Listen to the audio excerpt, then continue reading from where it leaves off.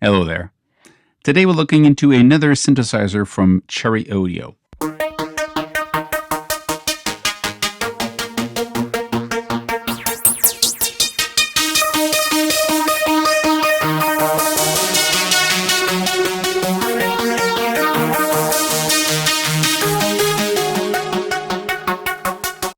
I really dig what Cherry Audio is doing. It's been years that they've been coming up with really cool synthesizers. Some of them are classic, reinvented. Others are just, they got inspired by classic, but it becomes something totally different. Now, this one is, I would say, an enhanced classic synthesizer because it's a lot more than the original. Now, this one is called the ODC 2800. ODC is the Odyssey from ARP that is actually now sold by Korg because they bought, I think, the brand of ARP, and so they're selling it. And hardware, you can buy this hardware from Korg now. It's a classic. It's been part of the history of synthesizers, if you want. What's interesting is that there's three main different version, Mark 1, 2, and 3 of the Odyssey. And that's where the name 2800 comes from. Because I was like, 2800? I know the 2600. It's kind of obvious to know that one. But the 28, I was like, where does that number come from? Because we don't often talk about the Odyssey as 2800. But it's the model. So the Mark 1 was like model 2800 to 2810, maybe. I don't remember the exact number. And then the Mark II was like 2810 to 2819 or something like that, you know? And then there was another model, again, 28 something to 28 something. So Mark 1, 2, and 3. Now, physically, when you look at them, they look a lot different because the color scheme is different. You have the original one, which is the white one. Then you have the black and yellow and the black and red, which is the third one. A lot of different little things evolved through the different models, better control, better buttons, and, they just enhanced some of it. But the major part was the change in the filter. So there was a totally different filter from the first one to the second one. And then they were called by Moog because they were doing something too close of their own design. So they came up with the version 3, Mark III, which has another filter. Let's just go right into it. When I say that the Odyssey 2800 is not a simple recreation, it's actually an enhanced version, is because if you just look at the screen, you'll see that right away there's a lot more buttons and knobs and controls than the original Odyssey. It's a beefed up Odyssey with a lot more controls. Let's go first with the D effects. You've got a list of pedal kind of effects with a lot of controls in them: distortion, dual phaser, flanger, chorus, echo, reverb.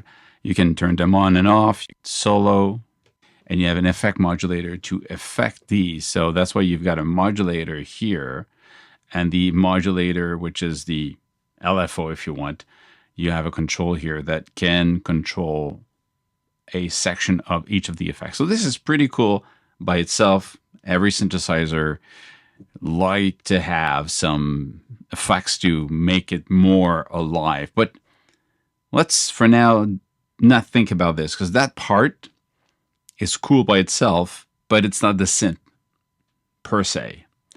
So we go back to keyboard. We have the keyboard. We have everything. We have the synthesizer. So if you just look, let's just look at what's really different from the original to this one. There's a lot more control. You've got voices. The original was a paraphonic synthesizer, so a duophonic, basically. You could play two oscillators separately, so you could play the two notes, but it would go through the same filter and VCA, a single one. So if you had a filter open up and closing, would control the two sounds at the same time, whereas this has up to 16 real different voices. You can be in polyphonic, in duophonic, legato, or mono. More choices for the noise generator. But what's really interesting is you have 1, 2, 3 oscillators. So this is not something you have in the original. The original hardware was only using 2 VCO, which was already really fine for the time. But this one is 3. So again, more complex, more control, more features, more sound. What's really cool also about it is that if you look at this section here, if you don't know how the original worked, if you look at this, is really fairly simple to understand. You see at the bottom here, it shows you the source of modulation. So let's say you want to control the VCO. So you're going to want to control the pitch. So let's say you want to do a vibrato. Then you can say, I'm going to use the LFO is always generating a sine wave and a square wave. And here you can switch between which one you're going to use as the source. So we say, I'm going to use the LFO1 sine wave version. And then you bring that up and you have your source modifying the pitch in this case. So all of this is already decided on, like the 2 options. So you've got the LFO, you've got the sample and hold, ADSR1. And so it's always decided like this. But what's really interesting is you have this control here, which is now called a sine. Now, when you click on it, you have access to a lot of sources that were not available in the original hardware. So you got LFO 1, 2, VCO 1, 2, 3, different shape of them, the noise, a different source of noise. So a lot of, even the controllers can be used here as a source of modulation. So this is really a big plus synthesis-wise if you compare it to the original. Now, we talked a little bit before about the fact that you've got 3 different versions of the filter, depending on which version of the hardware you had. So that's what you have here. Revision, the Mark 1, the Mark 2. You see the color scheme changes right away. And the Mark 3. So if you remember which one you like sound-wise, by just looking at it, you know that you're changing the type of filters. Now, just to go a little bit more into detail, the Mark 1 was using a 2-pole filter, more like the SEM Oberheim. Then they changed to a 4-pole filter using a ladder design, which was similar to the Moog version. So Moog told them to stop. They were the designer of that. So they quickly created a new one, which was a new 4-pole, which just in this case, the one that you find in the last version, the Mark III. So 3 different sound, 3 different filters. The rest of it is just synthesis. I mean, there's a lot of options, but everything's in front of you. You can see, just follow the logic. You've got oscillator 1, 2, and 3. You want to mix them together here in Audio Mixer. Then they go into the same filter. And you get a high-pass filter, you get an amplifier. And for each of these sections, you have the information under it over how you can control it. In this case, what sound can be combined into the mixer, what controller can change the filter, what controller can change the amplifier. Everything's there. So if you just follow the lines, you'll be good. Another thing that's interesting is to know that you have 2 ADSR, but full ADSR, which was not the case in the original one. I think there was like one very short A attack and decay, and the next one was an ADSR. So much more control. And there's a complex arpeggiator. But let's just play some sounds.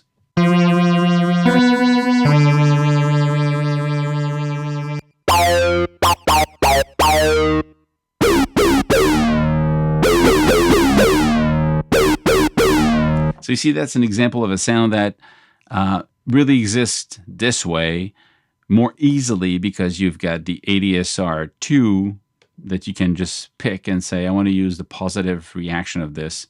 So going up and down. And then if you want it to be slower, it's really quick to use and it works really well.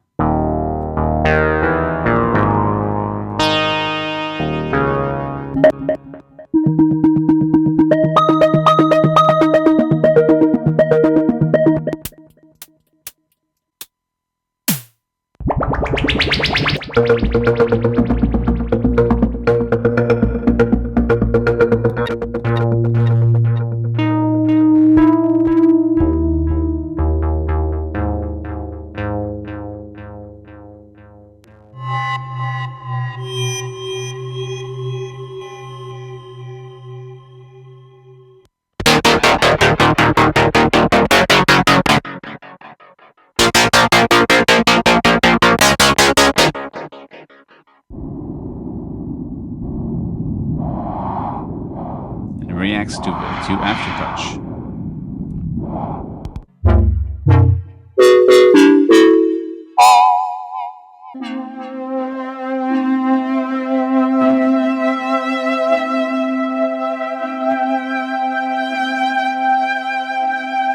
So Aftertouch.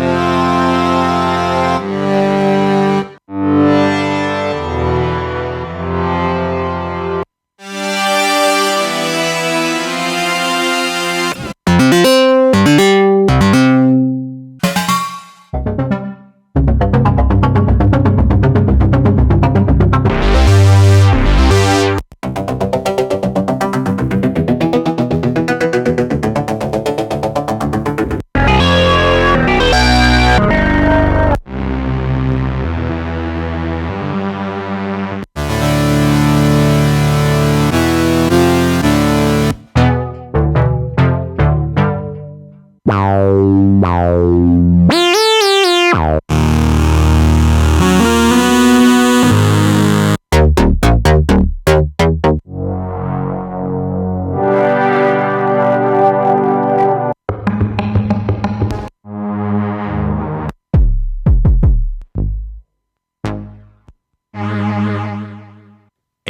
great synthesizer, a lot of control, getting really inspired by the original, but opening up the box to a lot more.